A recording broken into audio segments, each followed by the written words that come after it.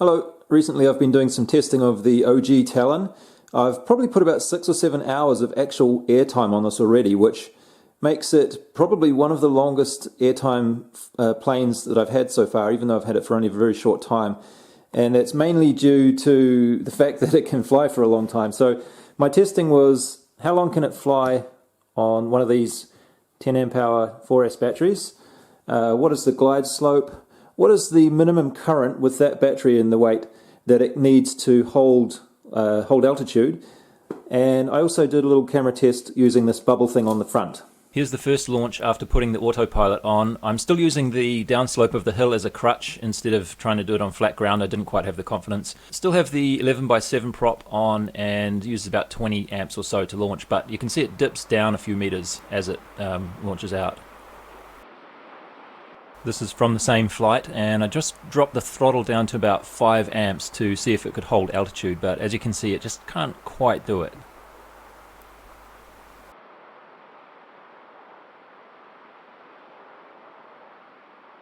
So those two clips we just saw were in fly-by-wire A. Now we're in return to launch doing a loiter above the home point, and what's interesting here is that it's able to keep the altitude. It's somewhere between 1 and 5 amps. I think about 5.5 amps was the most I ever saw in return to launch loiter, and down to even 1 amp I think I saw at some points. So I began to wonder if maybe my trim wasn't quite right somehow.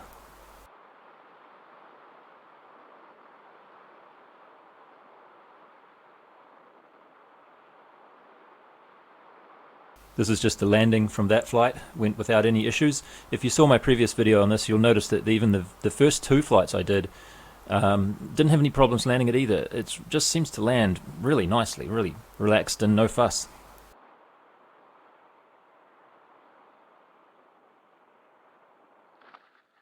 At this point I set up a mix on my radio so that one of my switches would give a little bit of up elevator, and I find this is a very convenient way to launch. So you just put it in fly-by-wire and flick that switch so that the plane wants to climb slightly. And I found that as long as you gave it a decent amount of throttle, there wasn't really that much risk of it stalling, even though it was trying to pitch up as it was gathering speed. So maybe I was just a little bit pessimistic about that earlier, and this is how I've been doing all my launches from this point onwards. And it doesn't matter if there's a hill in front of you or not, because the plane is not going to dip down anymore, it's just going to climb out in a nice straight line. So I tried a few launches and landings like that just to increase my confidence with it, and on this last one I accidentally had my mode switch in manual with my elevator switch on. So as soon as I threw it, the plane just tried to pitch up and up and up. But thankfully the CG was far forward enough that it didn't result in a disaster, and when I realized that it was in manual instead of fly-by-wire A, I just flicked it into fly-by-wire A and managed not to crash it.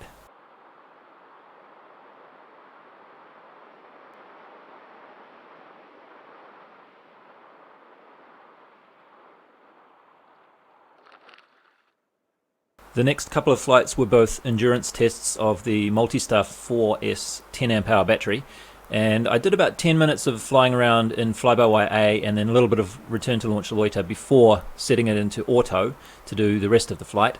And you can see here I'm using a 10x6 inch prop now, and overall I didn't really notice much difference between the 10x6 and the 11x7. I just thought I'd show you this bit here because it's actually managing to hold altitude at 5.2 amps, which is, I'm not really sure why.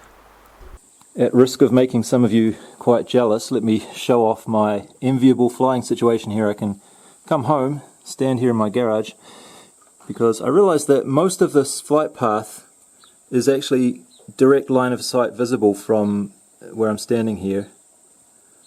So I've been trying out a few different antennas and stuff, and just keeping an eye on things from the comfort of the shade of my garage, and noticing that altitude is going up and down a bit. I wonder if that's thermal activity.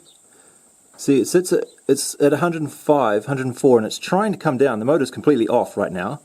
0.2 amps means the motor's cut. But then what happens is it will go down too far, so it's going to go down to 93 even now, and then it's going to pump up the throttle to 8-ish, and it's leaning back quite a bit, see the pitch? But it doesn't climb. 12 amps it was there for a moment, and it still hasn't made it back to the 100 meter target that it was trying for. Still 8 amps. There we go, 100 meters. Now it'll drop off the throttle. Yeah, but it just doesn't seem to be really holding that desired altitude very well. It's a very slow oscillation. But with this setup here, the picture is much better. I've got this large, what is that, 14 dBi patch antenna and a normal cloverleaf, and they're working in diversity. Mostly on the patch, the patch is A. And I was using this on my goggles before. This is one of the Pro Drone ones. And it's been quite good in the past, but just in the last few flights it hasn't been very good. Or I thought it was maybe my Fat Shark goggles that weren't very good, but then I switched those over to using one of the other Pro Drone antennas, the patch there, and that seems to be a lot better. So I can't imagine that something would have suddenly gone wrong with the antenna itself, but maybe the connection here isn't as good as it used to be or something. But anyway, what's the time here? 82 minutes, and voltage is at 14.4. well, power's off there. Yeah, I think it's time for me to upgrade my video gear a little bit. I need to at least have diversity on my goggles, which I still don't have. But I'm wondering if I'm going to spend money and do that, maybe I should just get one of those DJI things and then have HD video, and probably a bit better range too, I think. We'll see.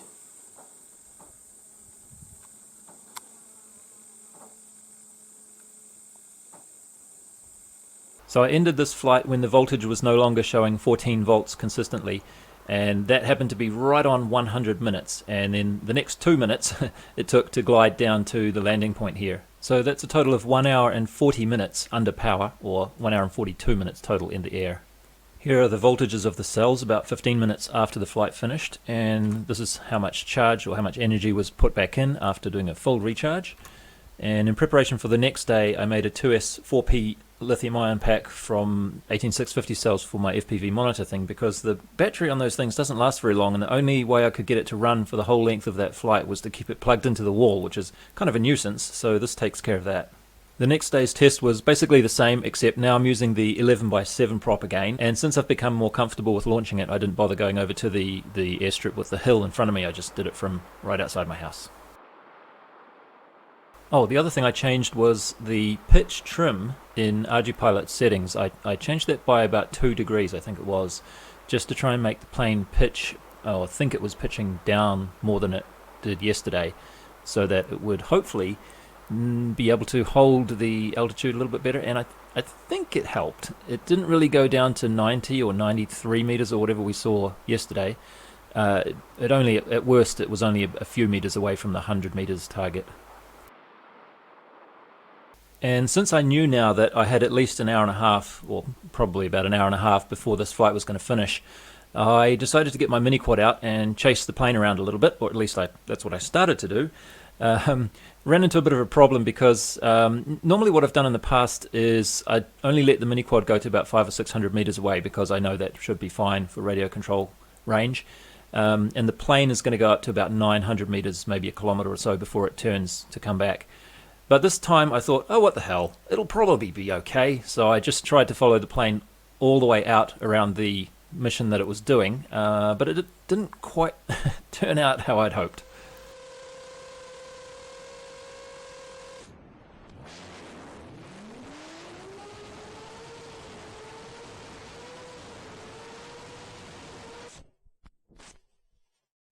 Fortunately, the video signal held out all the way to the ground, and because the quad was actually quite stable as it was falling for some reason, I was able to turn the footage upside down and watch it like that, and I went to within 10 meters of where it was just from watching this footage, so that was very helpful. Well, this is nice. The RunCam has decided that after showing me a big memory full sign all over the screen for a while, now it's just going to turn off. Isn't that nice? I have not come across this before, strangely. In all my time of using this is the RunCam 2. Now, I really like RunCam products in general, but I have to admit they're not the greatest at making HD cameras. They're pretty good at making the FPV cameras, like a dedicated FPV, but all of their HD cameras seem to have some problem or other.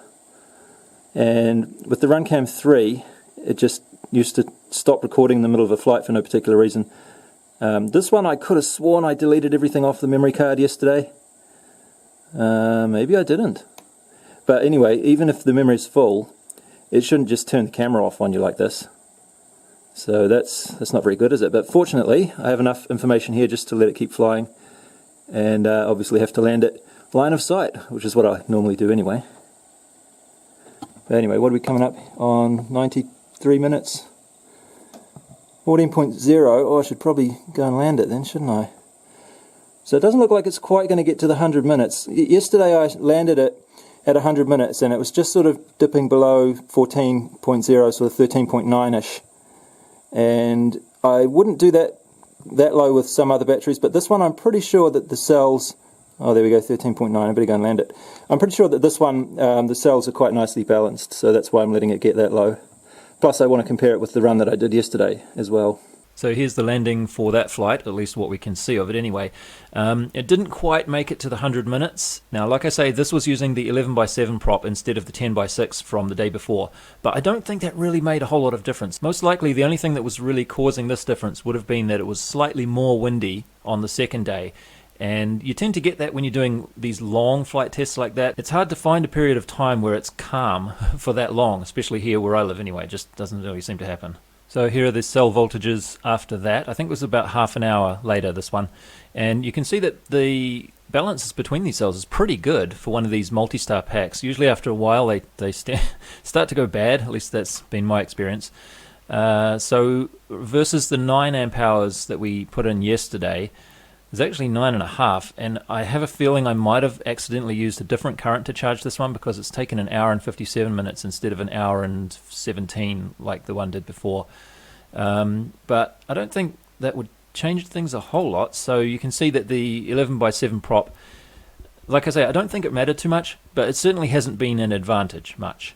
I have left the 11x7 on for the time being, mainly because it sounds a little bit more relaxed. The 10x7, it just had a bit more of a laboured kind of a sound to it, but that could just be my perception. That doesn't really matter too much. And I thought I'd check the resistances on this pack since I was doing a long charge, and sure enough, one of these cells here looks like sometime in the future it might be starting to go bad. So you get what you pay for, I guess, with these big multi-star packs. They were quite cheap.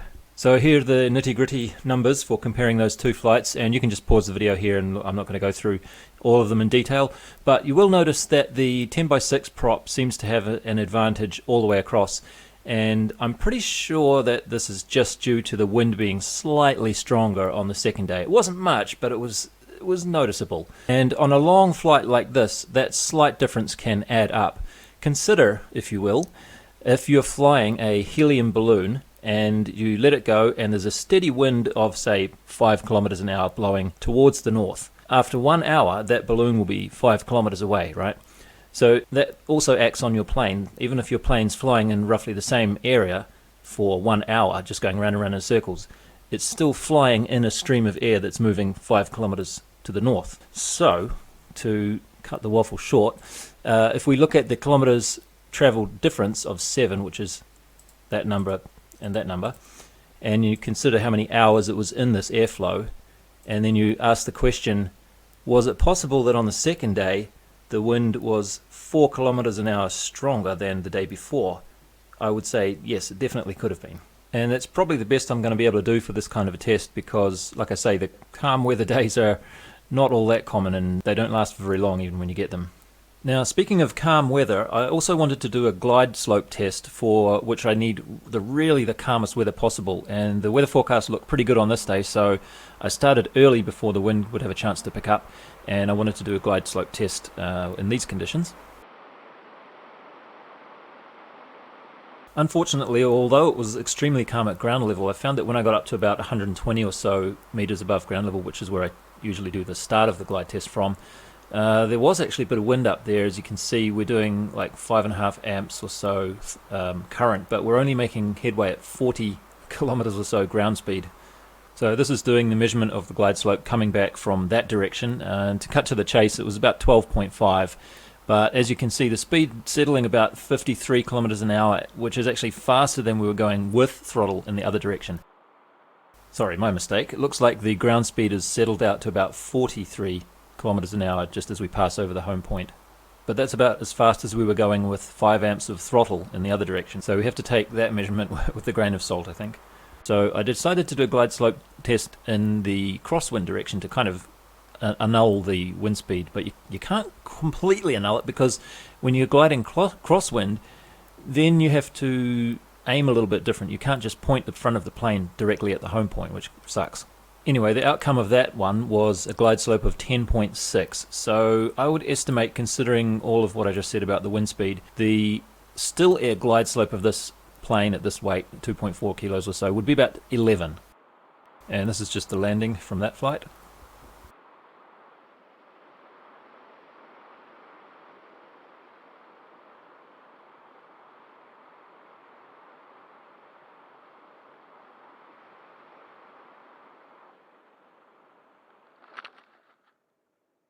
To test this bubble thing here, I could have just put a run cam or something inside there and tested it, because mainly we want to see how bad is the light or the reflections that you get off the front of this. And I'm not really sure what they were thinking with this bubble thing, because you could just take a camera like that and put it on top and it'd be perfectly fine.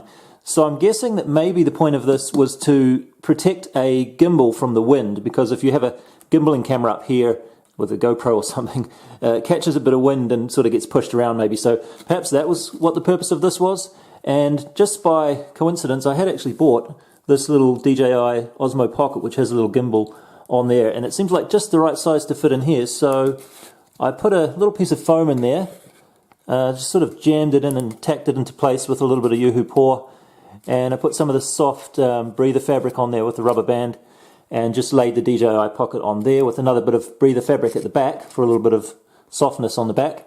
And that brought the gimbal of the camera to just behind the front of the bubble. So it's not really in the center of the bubble like you might want it to be. It's probably just a couple of centimeters behind the front like that.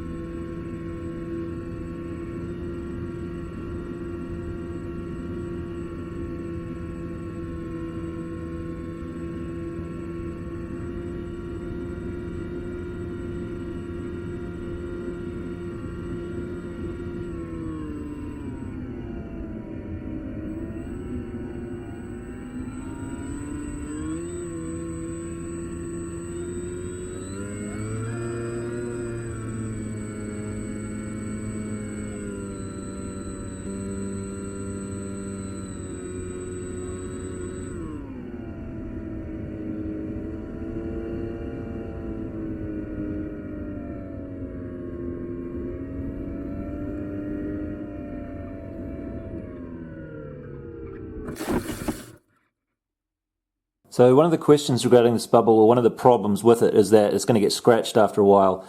And I'm landing there, as you saw, on grass, which is pretty soft. So if you can land in a place like that, I don't think it's going to be a huge issue, unless you've got like sticks or maybe stones that it's going to rub on.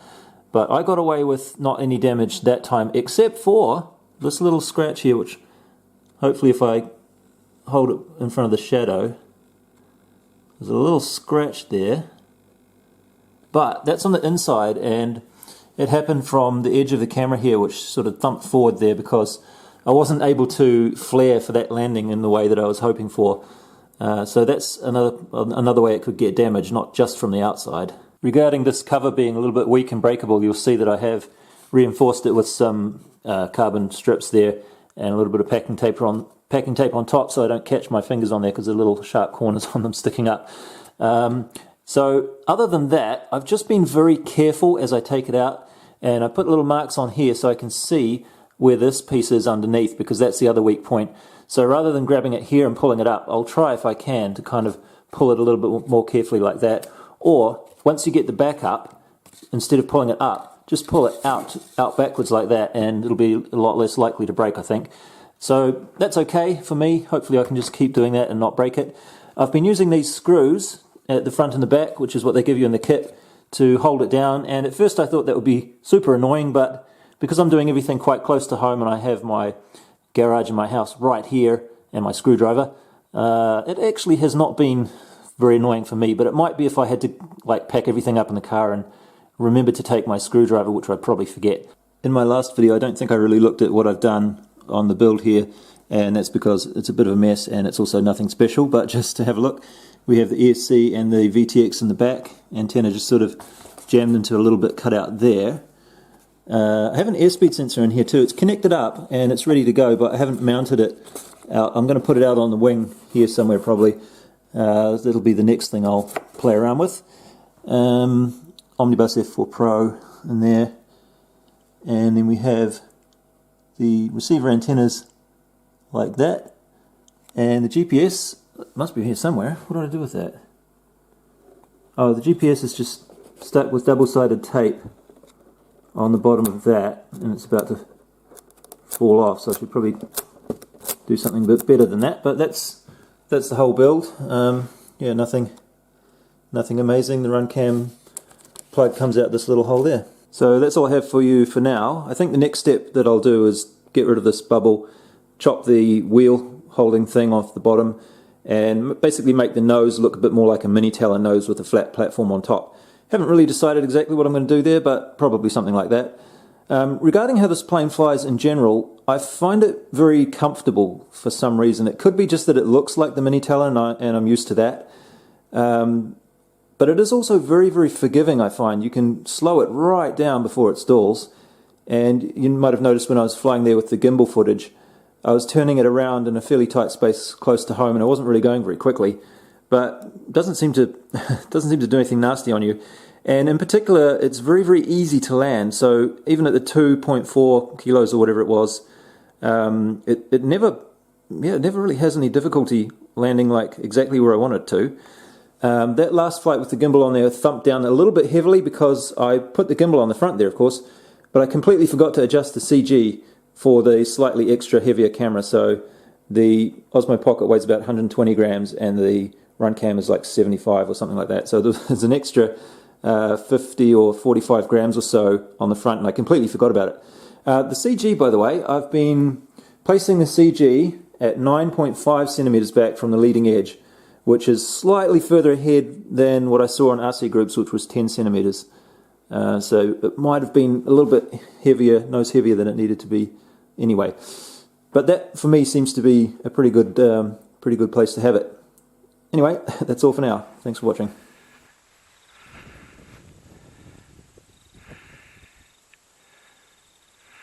I think it's just here somewhere. Oh, there it is. Ooh. No broken props. No broken cameras. In fact, assuming this antenna still works, even though it's been crunched around. This may just be a absolute no damage crash. Wow, so this video transmitter and antenna combo seems to be pretty good, because I had video until it came below the level of the trees there. It's just radio control that I didn't have, and you can see where I've put my antennas here. The idea with that is to keep them out of the props, but I guess maybe it's not such a great angle when you're going, yeah, that's not very good, is it? Still, I'm a little surprised that happened. It's only about 900 meters here, and I've used an X6B, which is the receiver that I'm using, FlySky X6B. I've used that up to about 2 kilometers on my GPS drone with no problems, and about 1.7 k's on another drone like this, but with the antennas sticking way up like that. So I guess this kind of arrangement may be only good for nearby flying. But I still have 4 batteries left, and I brought my radio with me, so I might do a little bit of flying, because it seems like everything's okay.